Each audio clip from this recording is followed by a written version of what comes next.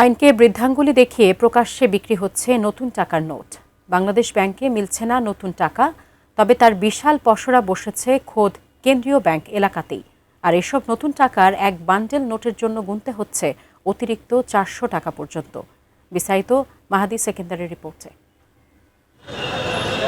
প্রথা ভেঙে এবারের ঈদেও বাংলাদেশ ব্যাংকের কাউন্টারে বন্ধ আছে নতুন নোট বিতরণ।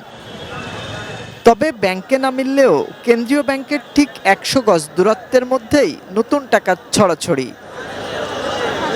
মতিঝিলে বাংলাদেশ ব্যাংকের সামনে হাঁকডাক করে বিক্রি হচ্ছে এসব নতুন টাকা, যেখানে প্রতি 1000 টাকার জন্য বাড়তি গুনতে হচ্ছে 350 থেকে 400 টাকা পর্যন্ত।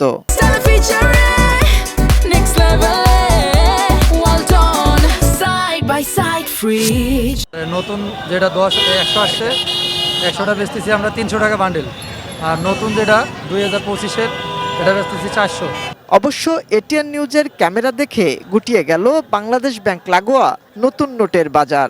বিক্রেতারা যে যার মতো পালানোর চেষ্টায়। কোথা থেকে মিলছে এত নতুন টাকা, সেই প্রশ্নে কথা বলতে নারাজ তারা।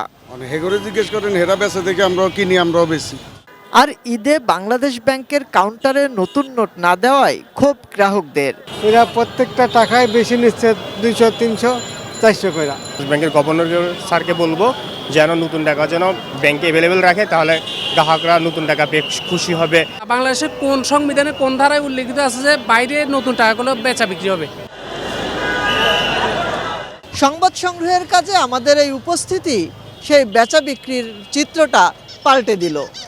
সবাই যে যার মতো ব্যাগ গুটিয়ে স্থান ত্যাগ করেছে, আর সক্রিয় হয়ে উঠেছে বাংলাদেশ ব্যাংকের নিরাপত্তা কর্মীরা। বাংলাদেশ ব্যাংকেরও মতামত জানবো এ বিষয়ে, তারাই বা কি ভাবছে।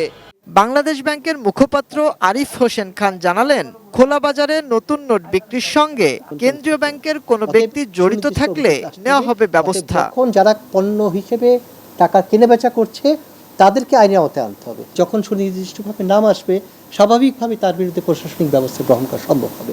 ঈদকে কেন্দ্র করে দেশের সকল বাণিজ্যিক ব্যাংকে প্রয়োজনীয় নতুন নোট দেওয়া হয়েছে বলেও জানান তিনি। কিন্তু আমরা যখন তাদেরকে সরবরাহ করব, তাদের কাছ থেকে যদি গ্রাহক পর্যায়ে না পৌঁছায়, সে দায়ভার বাংলাদেশ ব্যাংকের না। মাহাদি সেকেন্দার, এটিএন নিউজ, ঢাকা।